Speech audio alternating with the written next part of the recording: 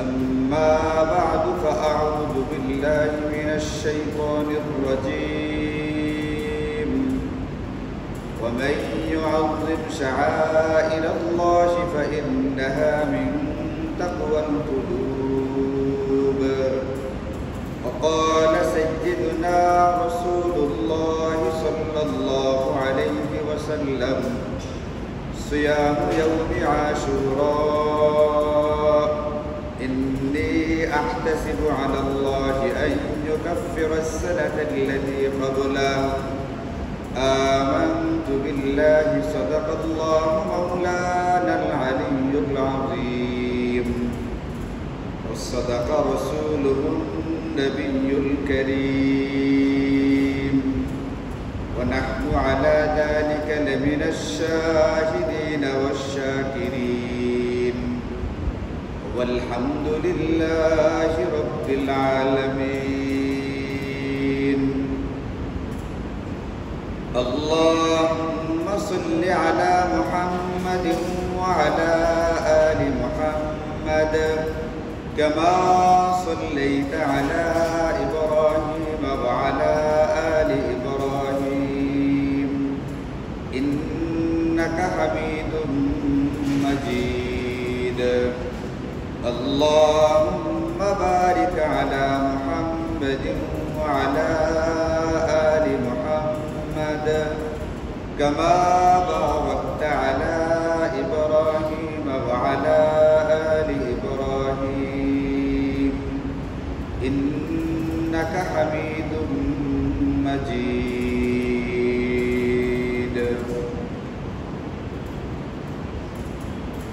আলহামদুলিল্লাহ আল্লাহ পাকের মেহেরবানিতে আমরা গত সপ্তাহে জেনেছি, আগেও বিভিন্ন সময়ে জেনেছি যে আল্লাহ তাআলা একটি বছরকে 12টি মাসে ভাগ করেছেন। এর ভিতরে আবার 4টি মাসকে বিশেষ গুরুত্ব এবং মর্যাদা দিয়েছেন।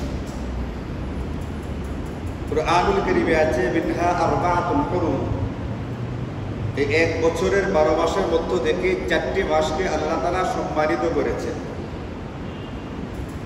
সেই 4টি মাস কোন মাস? নবীজি সাল্লাল্লাহু আলাইহি ওয়াসাল্লাম হাদিসে পাকের মধ্যে সেইগুলোকে চিহ্নিত করে দিয়েছেন। যেমন হাদিসের মধ্যে আছে সালাতুন মুতাওয়ালিয়া,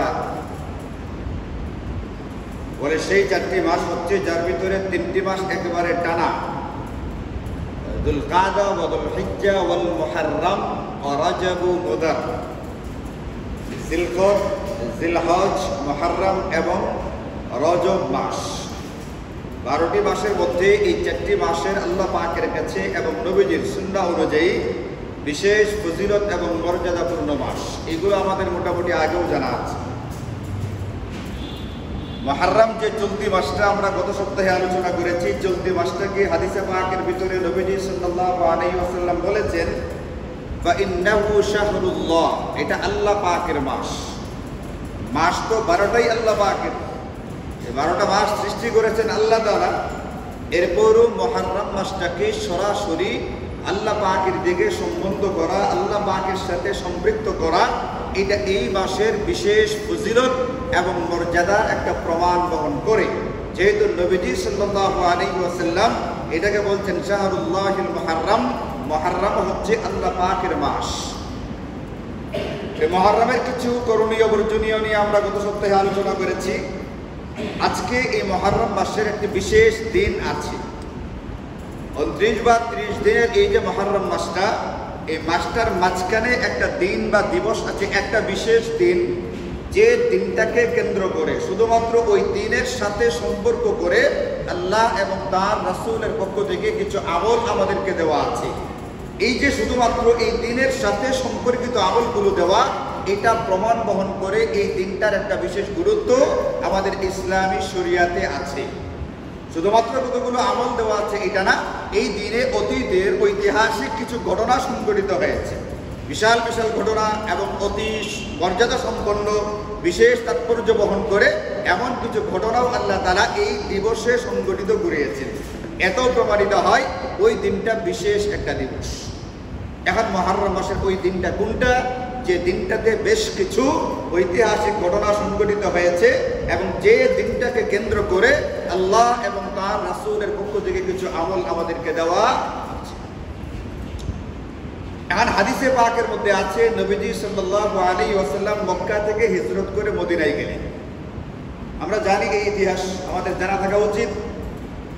যারা জানি, যারা জেনেছি আলহামদুলিল্লাহ, এটা আমাদের জানার কথাই ছিল। আমি যার আদর্শে আমার 60, 70, 80 বছরের জিন্দগিটা পার করব, তার সংক্ষিপ্ত জীবন ইতিহাস, তার আদর্শ, এটা আমার জানার কথাই ছিল।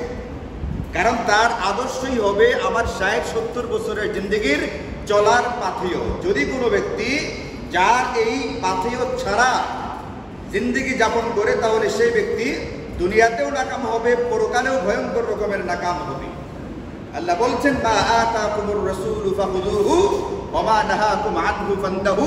আমার রাসূল তোমাদেরকে যা যা করার জন্য বলেছেন সেইগুলো করো, যেগুলো বর্জন করতে বলেছেন সেইগুলোকে এড়িয়ে চলো।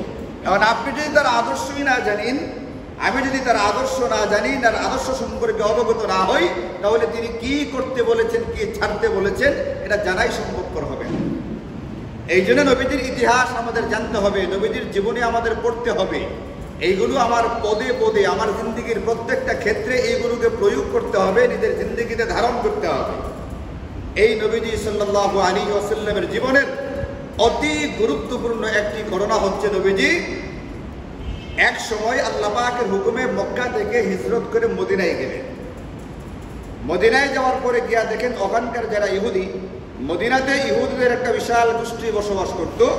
এদেরকে গিয়া দেখেন মুহররম মাসের আশুরার দিন, আশুরা মানে হচ্ছে 10তম দিন, মুহররম মাসের 10তম দিনে তারা বিশেষ খটা করে রোজা রাখে। নবীজি সাল্লাল্লাহু আলাইহি ওয়াসাল্লাম জিজ্ঞেস করেন যে মা হাযাল ইয়াউম, এটা এমন কি একটা দিন যে সম্পর্কে তোমরা এতটা গুরুত্ব দিয়ে রোজা রেখে থাকো? তখন তারা জানালো, এই দিনটাকে আমরা গুরুত্ব দিয়ে থাকি এবং এই দিনে আমরা রোজা রেখে থাকি, তার কারণ হচ্ছে আমাদের যারা পূর্বপুরুষ ছিলেন, আমরা যাদের প্রজন্ম, আমরা যাদের পরবর্তী বংশধর, তারা ছিলেন হযরত মূসা আলাইহিস সালাম এবং তার অনুসারীরা। এখন আমরা জানি, এটা আমাদের কিতাব থেকে আমরা এটা পেয়েছি যে আল্লাহ তাআলা সাইয়্যিদনা হযরত মূসা আলাইহিস সালামকে এবং তার অনুসারী বনি ইসরাইলকে তৎকালীন জালেম সরকার, তৎকালীন জালেম শাসক ফেরাউন এবং তার গোষ্ঠী থেকে এই মুহররমের 10 তারিখে উদ্ধার করেছিলেন। এবং ওই জামানার এই জালেম শাসক এবং তার অনুসারীদেরকে আল্লাহ তাআলা সাগরের ভিতরে ডুবিয়ে এরপরে তাদেরকে দুনিয়া থেকে বিদায় করেছিলেন। এখন যেহেতু আমাদের পূর্বপুরুষ যারা, আমরা যাদের পরবর্তী নসল বা বংশধর, আমাদের পূর্বপুরুষদেরকে আল্লাহ তাআলা এই দিনে মুক্ত করেছিলেন। এই দিনের শুকরিয়া আদায় করতে গিয়া আমাদের হযরতে মূসা আলাইহিস সালাম এই দিন রোজা রাখতেন, তার অনুসারী বনি ইসরাইল রোজা রাখতেন, তাদের অনুসরণ করতে গিয়ে এখন আমরাও রোজা রেখে থাকি। তখন নবীজি সাল্লাল্লাহু আলাইহি ওয়াসাল্লাম বললেন, ফানাহনু আহাক্কু ওয়া আউলা বিমূসা মিনকুম ফাসামাহু ওয়া আমারা বিসিয়ামিহি। এই যে যখন তারা এটা বলল, ব্যাপারটা যে হযরত মূসা এবং তার অনুসারীরা মুক্তি পেলেন যুগের কুখ্যাত ভয়ঙ্কর জালেম বাদশার জুলুম থেকে, আর মূসা এবং তার অনুসারীরা মুক্তি পেলেন, এটা তো এক প্রকারের আমাদের মুক্তি পাওয়া। আমার পূর্বপুরুষ যদি ভালো না থাকতেন, সুস্থ না থাকতেন, জীবিত না থাকতেন, তাহলে তো আমার কোথায় আসা হইতো না, দুনিয়াতে আসা। এই যে জালেম শাসকদের ঘটনা, আল্লাহ তাআলা একটার পর একটা বিভিন্ন শাসকদের ঘটনা উল্লেখ করেছেন।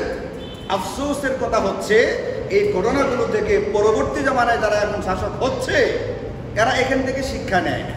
আমি বহু মানুষের মুখে শুনেছি, গত 5 আগস্টের যে একটা ঘটনা সংঘটিত হলো, এত বড় একটা ঘটনা যে কারণে হলো, যাদেরকে নেওয়া হলো, যাদের পরিণতিটা হলো যেরকম, এই পরিণতি থেকে সামনে যারা ক্ষমতায় আসতে চাইতেছে, যারা ক্ষমতার স্বপ্ন দেখতেছে, বিভিন্ন রাজনৈতিক দল, এরা ওইটা থেকে শিক্ষা নেওয়ার চেষ্টা করতেছে না।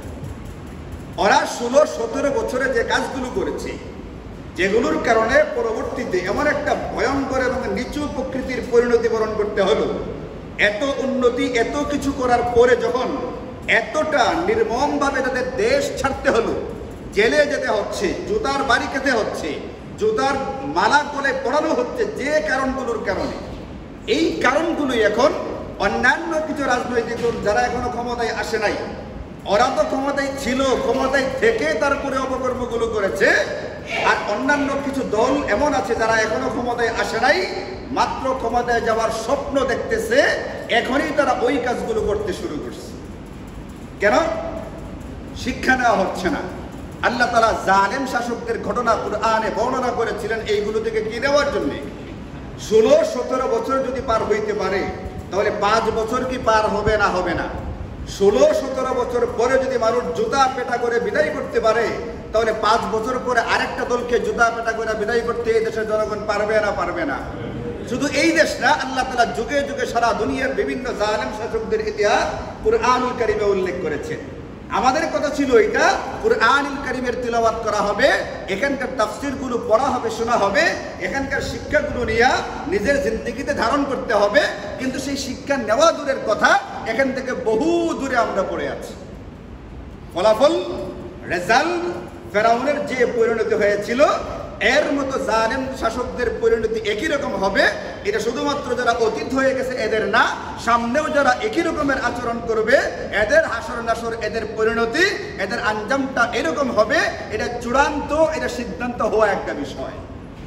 এই জন্য যে যেখানে যতটুকু জায়গাতে যতটুকু অবস্থান নিয়ে আমার ক্ষমতা তৈরি হবে, আমাকে মনে রাখতে হবে আমার এটার একটা শেষ আছে, এটা অনন্তকালের জন্য আমাকে দিয়ে দেওয়া হয়নি। কুরআনুল কারীমে আল্লাহ বললেন যে ওয়াতিলকাল আইয়ামু নুদাবিলুহা বাইনান নাস, এই ক্ষমতা আমি লোকদের ভিতরে আবর্তন করতে থাকি, ঘোরাইতে থাকি কিয়ামত পর্যন্ত। এটা কারো বাপের তালুকো না, এটা কারো বাপের মেরাজ না যে কিয়ামত পর্যন্ত তাকে লিখে দেওয়া হবে।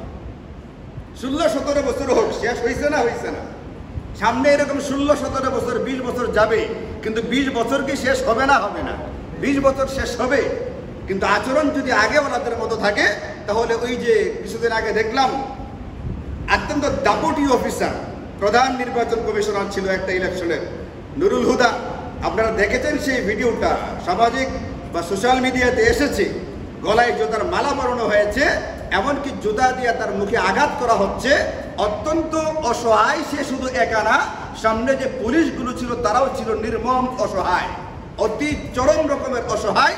এটাকে ফেরাইবার মতো অবস্থাও সেখানে ছিল না। এই পরিণতি এক নুরুল হুদার হবে না, এরকম নুরুল হুদা অতীতে আরো বহু ছিল, সামনে আরো আসবে যদি সে এখান থেকে শিক্ষা নিয়ে না থাকে। এরা কি কখনো চিন্তা করেছিল যে আমাকে জুতার গলায়, আমার মালা গলায় জুতার মালা পরানো হবে? এই নুরুল হুদা চিন্তা করেছিল আমাকে জুতা দিয়ে পেটানো হবে, এটা ভিডিও করা হবে, সারা দুনিয়ার মানুষ দেখবে, আমার একটা লাঞ্ছনা, আমার একটা অবমাননা। এই চিন্তা কিন্তু নুরুল হুদা করে নাই। একসময় ছিলেন সচিব, উপসচিব, যুগ্ম সচিব, পদমর্যাদার অফিসার, পরবর্তীতে প্রধান নির্বাচন কমিশনার, অত্যন্ত দাপুটি এবং শক্তিশালী পদ পজিশনে ছিলেন। কিন্তু ওয়াতিলকাল আইয়ামু নুদাবিলুহা বাইনান নাস, এটা মনে ছিল না যে আল্লাহ পাক ক্ষমতা এটা আবর্তন করতে থাকেন, ঘুরাইতে থাকেন। এই জন্য অতীতওয়ালারাও তো অতীত হয়ে গেছে, সামনেওয়ালাদেরও এরকম একটা অতীত তৈরি হবে।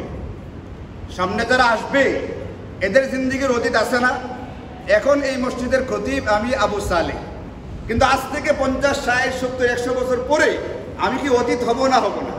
এখন তো আমি রানিং, বর্তমান, কিন্তু আজ থেকে 100 বছর পরে যদি এই মসজিদের ইতিহাস লেখা হয়, যারা এখানকার দায়িত্ব ছিলেন তখনও কি আমি বর্তমান না অতীত? বুঝেন না এই কথাটা? 100 বছর পরে যখন ইতিহাস লেখা হবে তখন কি আমি বর্তমান না অতীত? প্রত্যেকটা রাজনৈতিক দল, প্রত্যেকটা ক্ষমতাবান দল যখন ক্ষমতায় আসবে মনে রাখতে হবে এইটাই চূড়ান্ত বা শেষ পরিণতি না, এর কিন্তু একটা কি তৈরি হবে? অতীত তৈরি হবে। এখান থেকে আমাদেরকে শিক্ষা নিতে হবে। আজকে প্রথম আলোর একটা ভিডিও সচিত্র সংবাদ দেখলাম, প্রথম আলোর সচিত্র সংবাদ দেখলাম, গুম করে কিভাবে ভয়ঙ্কর রকমের জুলুম আর নির্যাতন করা হয়তো। আজকের এটা অনলাইনে যে পেজটা আছে ওখানে গিয়ে দেখবেন, সচিত্র যে খবরগুলো দেওয়া আছে, গুম করার পরে কি ভয়ঙ্কর রকম নিষ্ঠুর নির্যাতন করা হয়তো, মানে লোমহর্ষক। আপনি অবাক হবেন, লোক প্লাস দিয়া প্লায়াস দিয়ে টাইনা তুলে ফেলা হইতো, লোকের ভিতরে সুই ঢুকাইয়া দেওয়া হইতো, হাত উপরে বাইদা ঝুলাইয়া তাকে অত্যাচার করা হইতো, ইসের সাথে রডের সাথে হাতটাকে আটকে রাখা হইতো যেন সারা রাত্রি বসতে না পারে। বসায় রাখলে হাত পা এমনভাবে বাঁধা হইতো মশা কামড়াবে কিন্তু সে কিচ্ছু করতে পারবে না। এরকম বিভিন্ন রকমের সচিত্র সংবাদ আজকের, এটা প্রথম আলোর ভিডিও সংবাদ যেটা আছে ওটার ভিতরে দিছে। এগুলো কি এখন আছে না অতীত? অতীত। এবং এইগুলোর কারণে মানুষের থেকে মানুষের বুকের ভেতর থেকে বের হয়ে আসা কষ্ট থেকে যে পরিণাম আগের সরকারকে ভোগ করতে হয়েছে, সামনে যারাই আসবে তারা যদি এইগুলো থেকে শিক্ষা না নেয়, তাদেরও কিন্তু এইগুলোর জন্য মানসিকভাবে আগে থেকে তৈরি থাকতে হবে। এই জন্য মেরে ভাই, আমি আপনাদেরকে বলি, আমরা আমাদের যার যেখানে যতটুকু পরিমাণ ক্ষমতা আছে, আমার পরিবারের মধ্যে আছে, আমার সমাজের মধ্যে আছে, আমার অফিসে আছে, আমি যতটুকু জায়গা নিয়ে কাজ করি এতটুকুর ভিতরে আমার ক্ষমতা আছে, তো এইখানে যেন কোনোভাবেই আমার দ্বারা কোনো রকমের জুলুম না হয় আমার অধীনস্থ লোকদের উপরে, এটার প্রতি আমাকে অতি গুরুত্ব দিয়ে খেয়াল রাখতে হবে। আর যদি আমার অধীনস্থ লোকদের উপরে, সেটা পরিবার হোক, ছেলে মেয়ে হোক, স্ত্রী সন্তান সন্ততি হোক, আমার কর্মকর্তা কর্মচারী হোক, আমার সমাজের লোক হোক, যদি আমার দ্বারা কোনোভাবে জুলুমের কোনো প্রকাশ ঘটে, তাহলে ফিরআউনের যে পরিণতি হয়েছিল, নমরুদের যে পরিণতি হয়েছিল, এই পরিণতি আমাদের সমাজের জালেমদেরও এক সময় ভোগ করতে হবে। কারণ এটাই আল্লাহ পাকের সুন্নাহ, এটা আল্লাহ পাকের তরিকা। এই জন্য আল্লাহ তাআলা কিয়ামত পর্যন্ত সামনে যারা ক্ষমতায় আসবে এদেরকে শিক্ষা নেওয়ার তৌফিক দান করুন। ভাববেন কি সেটা মনে হচ্ছে না? বুঝতেছেন কি বলতেছি? আল্লাহ ভালো জানে। বুঝতেও আলহামদুলিল্লাহ, না বুঝতেও আলহামদুলিল্লাহ, সময় তো পার হইতেছে, তাই না? 8-10 মিনিটের পরে ইনশাআল্লাহ আমরা খুতবা দিব। এখন হযরতে মুসা এবং তার অনুসারীদেরকে আল্লাহ তাআলা মুক্ত করলেন এই দিবসে। এই কারণে তিনি শুকরিয়া আদায় করতে গিয়ে রোজা রাখলেন, তার অনুসারীরাও কি রাখলো? এখন নবীদের জামানার, নবীদের প্রজন্মে যারা ইহুদি ছিল তারা বলল, এদের ইত্তেবা অনুসরণ করতে গিয়ে আমরা রোজা রাখি। নবীজি বললেন, হযরতে মুসার ইত্তেবা অনুসরণ করতে গিয়া, হযরতে মুসার ইতাআত করতে গিয়া যদি কোনো আমল করতে হয়, তাহলে এই ক্ষেত্রে তোমাদের যে আমরা বেশি অগ্রাধিকার রাখি। এরপরের থেকে নবীজি এই আশুরা বা মুহররমের 10 তারিখে রোজা রাখতে শুরু করলেন এবং অন্যদেরকে রোজা রাখার জন্য ওয়া আমারা বিসিয়ামি হুকুম দিয়ে দিলেন। এরপরের থেকে রোজা রাখা শুরু হইল। এর আগেও রোজা ছিল একসময় ফরজ, মুহররমের 10 তারিখের রোজাটা একসময় ফরজ করে দেওয়া ছিল। পরবর্তীতে রমজানের রোজা ফরজ হয়ে আসার পরে এটাকে নফল বা মুস্তাহাবের স্থানে নিয়ে যাওয়া হয়েছে। এটা এখন আর ফরজ বা ওয়াজিবের জায়গাতে নেই, কিন্তু মুস্তাহাব হিসাবে এখন আছে। এখন মুস্তাহাবটার উপরে আমল করা হবে কি হবে না, এই ব্যাপারে নবীজি সাল্লাল্লাহু আলাইহি ওয়াসাল্লাম সম্পর্কে বা নবীজি থেকে আমরা যে হাদিসটা পাই সেটা হচ্ছে, নবীজি বলেন, আফদালুস সিয়ামি বাদা রমাদানা, যদি কোনো ব্যক্তি রমজানের পরে রোজা রাখতে চায় তাহলে তার জন্য সবচেয়ে সেরা সময় হচ্ছে মুহররম মাসের রোজা রাখা, বিশেষ করে মুহররমের 10 তারিখের রোজাটাকে রাখা। কেন? ইন্নাহু শাহরুল্লাহ, আগেই বলেছি, নবীজি বলেন এই মাসটা কার মাস? মাস তো 12টাই, এরপরও বিশেষ করে এই মাসটাকে কার সাথে সম্পর্ক করা হয়েছে? আল্লাহ পাকের সঙ্গে। আল্লাহ পাকের বিশেষ মাস। আপনার 10টা পোশাক আছে, 10টা কাপড় আছে, ধরেন 10 সেট জামা আছে। আজকের ভিতরে কি এমন কি হয় না, একটা জামা আপনার কাছে একটু বিশেষ, 10টাই আপনার, কিন্তু একটা জামা আপনার কাছে একটু বিশেষ, এটা আলাদার গুরুত্ব আছে, আপনার কাছে গুরুত্ব বহন করে। এটা আপনি উৎসবে পরিধান করেন, বিভিন্ন কোথাও গেলে পরিধান করেন, এটাকে আপনি তো আপনার কাছে বিশেষ গুরুত্ব দিয়ে রাখেন। মুহররম মাসটাও আল্লাহ পাকের কাছে অতি গুরুত্বপূর্ণ। তো এই হাদিস থেকে আমাদের জন্য মুহররমের 10 তারিখের করণীয় যেটা, 1 নম্বর যেটা খুঁজে পাই সেটা হচ্ছে এটা, আমাদেরকে মুহররম মাসের 10 তারিখে রোজাটা ফিকহি পরিভাষায় নামে নফল বা মুস্তাহাব হলেও, ফরজ ওয়াজিব না হলেও, যেহেতু নবীজি এবং সাহাবায়ে কেরাম গুরুত্ব দিয়ে রাখতেন, আমরা এখান থেকে শিক্ষা নিয়ে এটা করতে পারি, মুহররমের 10 তারিখে রোজা রাখতে পারি। আমাদের 1 নম্বর করণীয় আমরা খুঁজে পেয়ে গেছি। রাখলে কি হবে? নবীজি বলেন, যদি কোনো ব্যক্তি মুহররমের 10 তারিখে রোজা রাখে তাহলে এই ব্যক্তির অতীতের বিগত 1 বছরের সমস্ত গুনাহ খাতাগুলো মাফ করে দেওয়া হবে। বিরাট ফজিলতের ব্যাপার। একটা আমলের দ্বারা, ছোট্ট একটা আমলের দ্বারা 1 বছরের গুনাহ মাফ। এদিক থেকে চিন্তা করলেও রাখা যেতে পারে, নবীজির গুরুত্বের কথা চিন্তা করলেও রাখা যেতে পারে, আল্লাহ পাকের মাস, এই বিভিন্ন দিক চিন্তা করলে আমরা 1 নম্বর করণীয় খুঁজে পেলাম, রোজা রাখতে। এখন সাহাবায়ে কেরাম নবীজিকে প্রশ্ন করলেন, হুজুর আপনি যে আমাদেরকে 10 তারিখে রোজা রাখতে বলছেন, অসুবিধা হচ্ছে এটা, ইন্নাহু ইয়াউমুন তুআযিমুহুল ইয়াহুদ ওয়ান নাসারা, এটা এমন একটা দিন যে দিনটাকে ইহুদি নাসারারা গুরুত্ব দিয়ে থাকে। যেমন আমরা আগেই শুনলাম, ইহুদিরা আগের থেকে এই দিনে কি রাখতো? রোজা রাখতো। এখন সাহাবায়ে কেরাম প্রশ্ন করছেন, হুজুর এই দিনটা তো এমন একটা দিন যে দিনটাকে গুরুত্ব দিয়ে থাকে ইহুদি নাসারারা, আবার আপনি অন্য হাদিসে আমাদেরকে বলেছেন এটা খালিফুল ইয়াহুদা ওয়ান নাসারা, ইহুদি নাসারাদের সাথে আমাদের কোনো আমলের মিল থাকতে পারবে না। ইহুদি নাসারাদের সাথে আমাদের পোশাক আশাকের মিল থাকবে না, এদের সাথে আমাদের খাওয়ার স্টাইলের কোনো মিল থাকবে না, এদের সাথে আমাদের উপার্জনের কোনো মিল থাকবে না, এদের খরচ করার সাথে আমাদের খরচের কোনো মিল থাকবে না, এদের ইবাদতের সাথে আমাদের ইবাদতের কোনো মিল থাকতে পারবে না, এদের সঙ্গে আমাদের ভিন্নতা থাকবে। কিন্তু এখন তো এই যে আপনি রোজা রাখতে বললেন 10 তারিখে, এখানে তো রোজা রাখতে গিয়া তারাও 10 তারিখে রোজা রাখে, আমরাও 10 তারিখে রোজা রাখলাম, তাহলে রোজা রাখার দিক থেকে মিল হয়েছে না হয়েছে না? সাহাবায়ে কেরামের এই প্রশ্ন মনে কেন আসছে? জিনিসটাকে বুঝছেন ব্যাপারটা? সাহাবায়ে কেরাম কিন্তু নেইমার বা মেসির স্টাইলে চুল কাটেন নাই। সাহাবায়ে কেরাম কিন্তু ওই জামানার যারা পপ স্টার গায়ক নায়ক ছিল এদের মতো পোশাক পরিধান করেন নাই। সাহাবায়ে কেরাম রোজা রাখতে চাইছেন, রোজা রাখতে গিয়েও নবীজিকে প্রশ্নটা করেছেন। কেন? কারণ এটা ইসলামের একটা মূলনীতি। ইহুদি খ্রিস্টান এরা কিন্তু আহলে কিতাব, মনে রাখবেন, ইহুদি খ্রিস্টানরা আসমানি ঐশী কিতাবের অনুসারী এবং আসমানি নবী আর রাসূলের উম্মত। সেখানে অগ্নি পূজারী, মূর্তি পূজারী, মুশরিক যারা হবে এরা তো আহলে কিতাব না, এদের কোনো নবী নেই, এদের কোনো আসমানি কিতাবও নেই। যেখানে আহলে কিতাব, আসমানি নবীর অনুসারী ইহুদি খ্রিস্টানদের সাথে আমাদের জিন্দেগির কোনো ক্ষেত্রে মিল রাখা চলবে না, এদের সঙ্গে আমাদের সামঞ্জস্য হবে না। সেখানে কোনো মুশরিক যদি হয়ে থাকে, অগ্নি পূজক, মূর্তি পূজক যদি হয়ে থাকে, এদের সাথে মিল রাখার কোনো সুযোগ আছে? এটা তো আগেই বা নবীজি হাদিসের ভিতরে মুশরিকদের কথা না বলে ইহুদি নাসারার কথা বললেন, কারণ ওইগুলো একেবারেই বাদ, সম্পূর্ণ বাদ। একজন মুসলমান চিন্তা করতে পারবে না আমার কোনো কথা, আমার কোনো কাজ, আমার কোনো আচরণ, আমার কোনো স্টাইল, আমার কোনো চলাফেরা, আমার কোনো কিছু কোনো মুশরিকের সঙ্গে মিলবে, এটা মুমিন মুসলমান চিন্তাই করতে পারে না। একটু অসুবিধা কোথায় হতে পারে?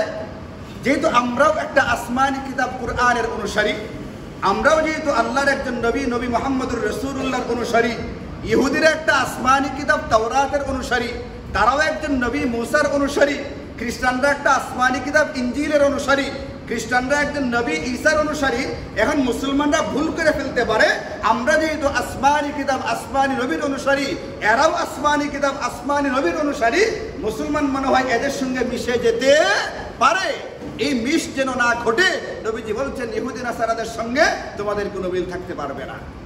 এখন আফসোসের কথা হচ্ছে, আমার ছেলে, আমার ভাই, আমার নাতি, আমার সন্তান এমন স্টাইলে চুল কাটে যে স্টাইলটা একেবারে ইহুদি নাসারাদের সাথে মিল রাখে। আমার সন্তান, আমার ভাই, আমার ছেলে এমন পোশাক পরিধান করে যে পোশাকটা একেবারে ইহুদিদের সাথে মিল রাখে, একেবারে খ্রিস্টানদের সাথে মিল রাখে, যে ইহুদিরা পাখির মতো বিনা বিচারে গুলি করে হাজার হাজার মুসলমানকে হত্যা করে ফেলতেছে। আর আফসোসের কথা, আমি বারবার বলেছি, এটা নতুন স্টাইলে চুল কাটে, যেটা হাদিসের ভিতরে সম্পূর্ণ নিষেধ। মাথার কতটা অংশে চুল থাকবে, কতটা অংশ ছিলা থাকবে। একবার নতুন স্টাইল বের হয়েছে, মাঝখানে চুল থাকে, সাইডে একবারে ছিলার মতো করে ফেলে। এটা বলছি, এটা গোলামদের স্টাইল ছিল আগের জামানায়, গোলাম দাসদের স্টাইল ছিল এটা। আফসোসের কথা হচ্ছে, আত্মমর্যাদা এমন ভাবে বিলীন হয়ে গেছে আমার কাছ থেকে, আমি চিন্তাও করি না আমি একটা গোলামের স্টাইল অনুসরণ করতে শুরু করেছি। আমাকে দেওয়া হয়েছিল এই পৃথিবীর সর্বকালের সর্বশ্রেষ্ঠ আদর্শ, সর্বশ্রেষ্ঠ স্টাইলের ফ্যাশনটা দেওয়া হয়েছিল নবীজি মুহাম্মদুর রাসূলুল্লাহর মাধ্যমে। ওই স্টাইল, ওই ফ্যাশন বাদ দিয়া ইহুদি নাসারা সাধারণ গোলামের স্টাইল আমি অনুসরণ করতে শুরু করি। আপনারা জানেন আমি একটা মহিলা মাদ্রাসা পড়াই, জানেন এটা আপনারা? কোথায় সেই মাদ্রাসাটা? মাদ্রাসাটা কোথায়? মাদ্রাসার নাম জিজ্ঞেস করি নাই, জিজ্ঞেস করছি মাদ্রাসা কোথায়, তাই মাদ্রাসার নাম হলো এটা। হ্যাঁ, এটা কে বলছে কথাটা? এই চমৎকার বলছে, মেথরপাড়া, মেথরপট্টি। একসময় আমাদেরকে বলতো, হুজুর আপনারা কি মাদ্রাসা করার জায়গা আর খুঁজে পাইছেন না? মেথরপাড়ায় গিয়ে মাদ্রাসা খুলে বসে আছেন, মেথরপট্টি বলতো আর কি, মেথরপট্টিতে মাদ্রাসা খুলে বসে আছেন। এটার নাম হলো এখন পূর্ব চকপাড়া, কিন্তু মুখে মুখে মানুষ বলে মেথরপট্টি। একটা রিক্সাওয়ালাকে বলবেন ভাই পূর্ব চকপাড়া যাবো, সে চিনবে না। যদি বলবেন মেথরপট্টি যায়, একবারে চিনে ফেলে সে, মেথরপট্টি মেথরপট্টি। আমি এখানে যাই সকালবেলায়, ক্লাস করে দুপুর 1টার দিকে বের হয়ে আসি। আমি এখানে দেখি সকালবেলা যাওয়ার সময় ওখানকার যুবক ছেলেরা হুবাহু এই স্টাইলে। আপনি ওখানে গিয়ে দেখবেন 95 ভাগ ওই পাড়ার ছেলেগুলোর চুলের স্টাইলটা, মাঝখানে চুলগুলো বড় আর সাইডিটা ছাটা, এরা কোদাল আর বালতি নিয়ে বের হইতেছে কাজে। কোদাল বালতি নিয়ে বের হচ্ছে, মাটি কাটতে যেতেছে এরা। আপনাদের জানা আছে না কই যেতেছে? আর আমি চিন্তা করি এই পাড়ার ছেলে যাদেরকে এখানে মাদ্রাসাগুলোর কারণে আমাদেরকে তিরস্কার করা হইতো, নিন্দা করা হইতো, ভৎসনা করা হইতো, এই পাড়ার ছেলেগুলো যে স্টাইলে মাথার চুল কাটে, আমার মুসলমান সন্তানটা, আমার নাতিটা, আমার ভাইটা মসজিদে নামাজ পড়তে আসে, একে বারবার বলার পরেও হুবাহু ওই স্টাইলে চুল কেটে আমার সামনে ঘোরাফেরা করে। আমার আফসোস লাগে সে কার সাথে মিল লেগে চলতেছে। সে মনে করতেছে আমি অনেক আধুনিক, অনেক উন্নত। তোমার স্টাইলটা কার সাথে মিল পড়ে?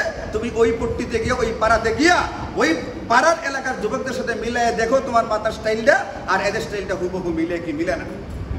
আফসোসের কথা, বড় আফসোসের কথা এটা। মেরে ভাইও মসজিদে আসি, বয়ান শুনি, কিন্তু এটার উপরে কোনো আমল নাই, এটাকে মানি না। হুজুরেরটা তো হুজুরে বলবেই। এমন বহু কথা আমি শুনছি, বহু মুসল্লি আমার বলছে এটা। যখন প্রশ্ন করাইছে হুজুর তো এটা বলছে, ভাই আপনি তো এটা বলেন। আরে হুজুর তো হুজুরেরটা বলবেই, আর বলুক না।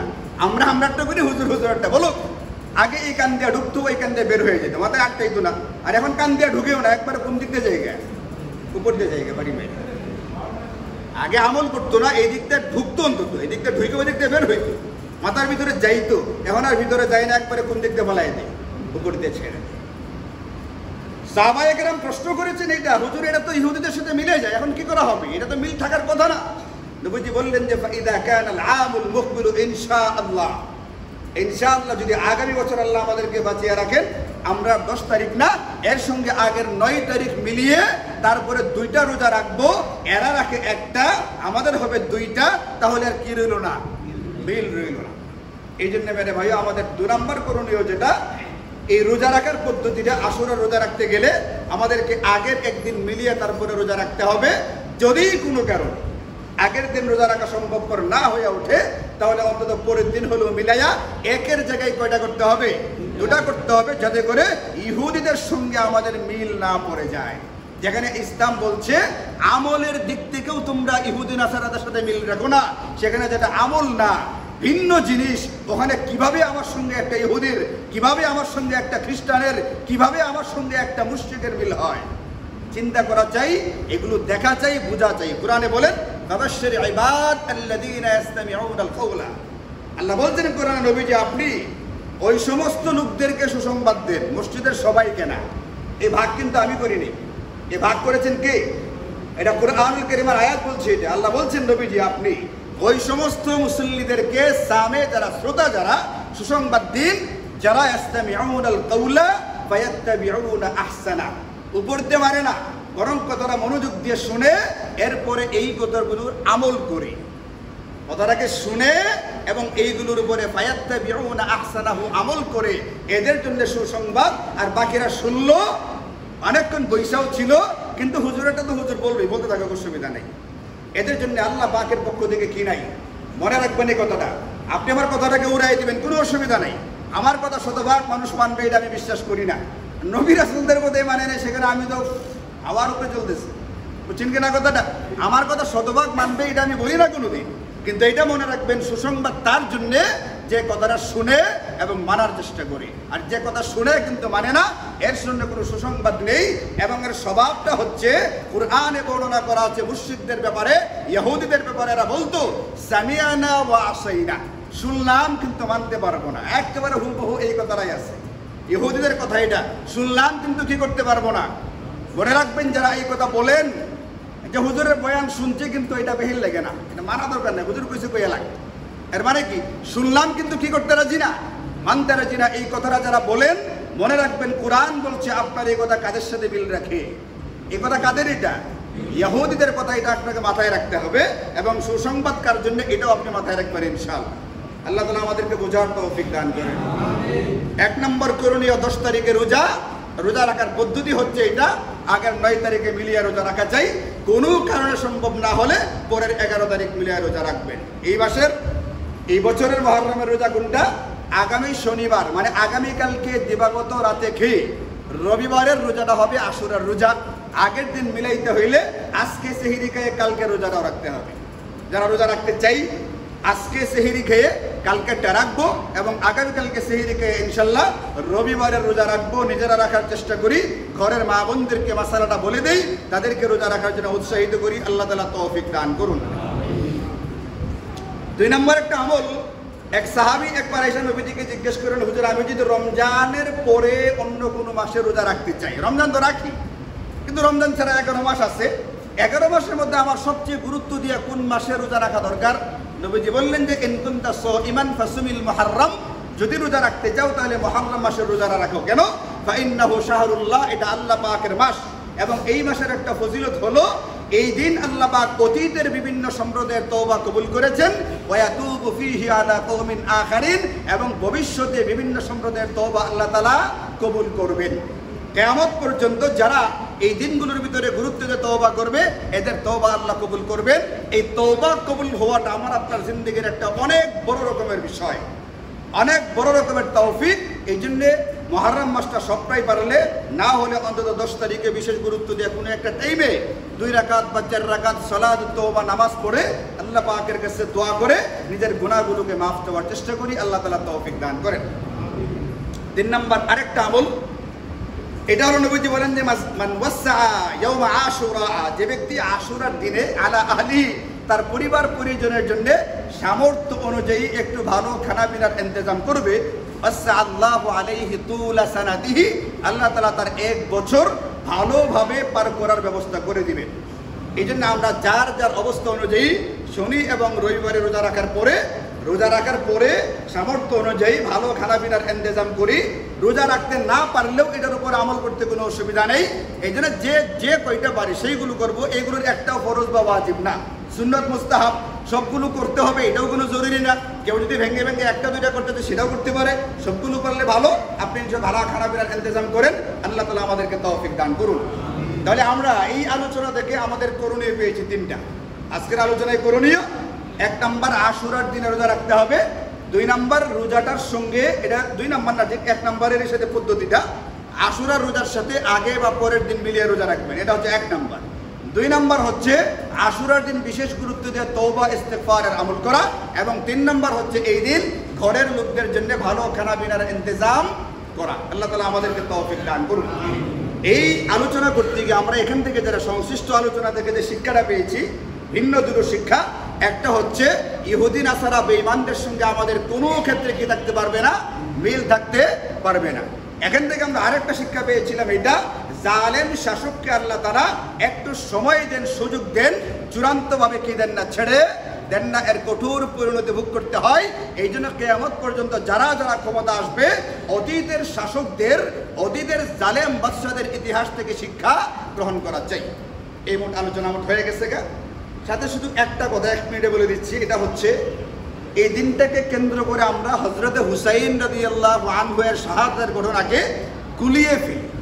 মনে রাখতে হবে, হযরতে হুসাইনের শাহাদাতের ঘটনা আশুরার দিনে হয়েছিল ঠিক আছে, কিন্তু এটার সাথে আশুরার দিনের আমলের কোনো সম্পর্ক নাই, এটার সাথে আশুরার দিনের ফজিলতেরও কোনো সম্পর্ক নাই। কারণ আশুরার দিনের ঘটনাগুলো নবীজির জামানায় সংঘটিত হয়ে গেছে, এই দিনের আমলগুলো নবীজির জামানাতে বলে দেওয়া হয়ে গেছে। এই দিনের ঘটনাগুলো অতীতের ঘটনা, আর হযরতে হুসাইনের ঘটনা সংঘটিত হয়েছে এই নবীজির ইন্তেকালের পরে, নবীজির জামানা থেকে আরো প্রায় 60 বছর পরের একটা ঘটনা। ধরেন আগামী রোববারে একটা আশুরার দিন, তো আগামী রোববার এই দিন একটা বিরাট ঘটনা নেত্রকোনা ঘটে গেছে। আপনি কি বলবেন যে এটা আশুরার ফজিলত? এটাকে বলা যাবে? এটা বলা যাবে না। পরবর্তী ঘটনাগুলো এই দিনে ঘটছে, একটা ঘটে গেছে গা, কিন্তু এটার সাথে আশুরার কোনো সম্পর্ক নেই, এই জন্য এটার সাথে গোলানোর চেষ্টা করা যাবে না। বাকি ভিন্নভাবে হযরতে হুসাইনের ঘটনার ইতিহাসটা আমরা জানতে পারি, এখান থেকে শিক্ষা নিতে পারি জালেম শাসকের বিরুদ্ধে কিভাবে এই অন্যের বিরুদ্ধে প্রতিবাদে রুখে দাঁড়াইতে হয়। এই শিক্ষাটা নেওয়ার মতো এখানে কি আছে, যথেষ্ট পরিমাণে খোরাক আমাদের জন্য আছে। আমি খুবই দুঃখিত, আপনাদের কাছে ক্ষমা চাইতেছি। এরপরও ছোট্ট আরেকটু কথা 1 মিনিটে বলে ফেলতেছি। হযরত হুসাইন শাহাদাত বরণ করেছেন আজ থেকে প্রায় 1350 বছর আগে।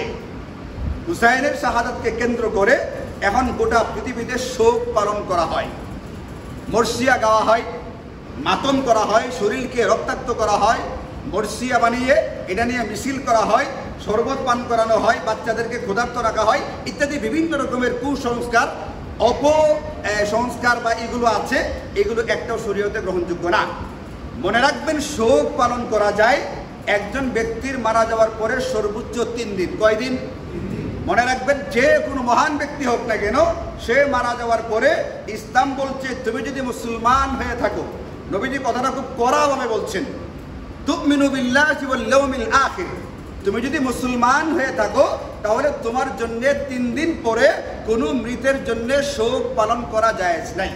শুধুমাত্র ইল্লা আলা জাওজিন, একটা ক্ষেত্র ব্যতিক্রম, এটা হচ্ছে স্বামী মারা গেলে স্ত্রীর জন্য, শুধুমাত্র মৃতের সাথে যার সম্পর্কটা স্বামী স্ত্রীর জন্য 4 মাস 10 দিন শোক পালন করা যায়।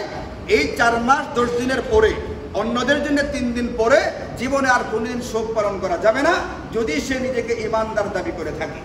এই জন্য আমরা হুসাইনের শাহাদাতকে কেন্দ্র করে শোক পালন করার নামে কোনো কিছু করতে না যাই। এরকমভাবে নিজের বাবা, নিজের স্বামী, নিজের ভাই, নিজের সন্তান, এগুলোকে কেন্দ্র করেও শোক পালন করা হয়, এইগুলো শরীয়তে বৈধ না, কঠিন হুমকি দেওয়া আছে। এই জন্য আমরা শরীয়তের বিধানগুলো জানার চেষ্টা করি, ওইভাবে পালন করার চেষ্টা করি। আল্লাহ তাআলা আমাদেরকে তৌফিক দান করুন। ওয়া আখিরু দাওয়ানা আলহামদুলিল্লাহি রাব্বিল আলামিন।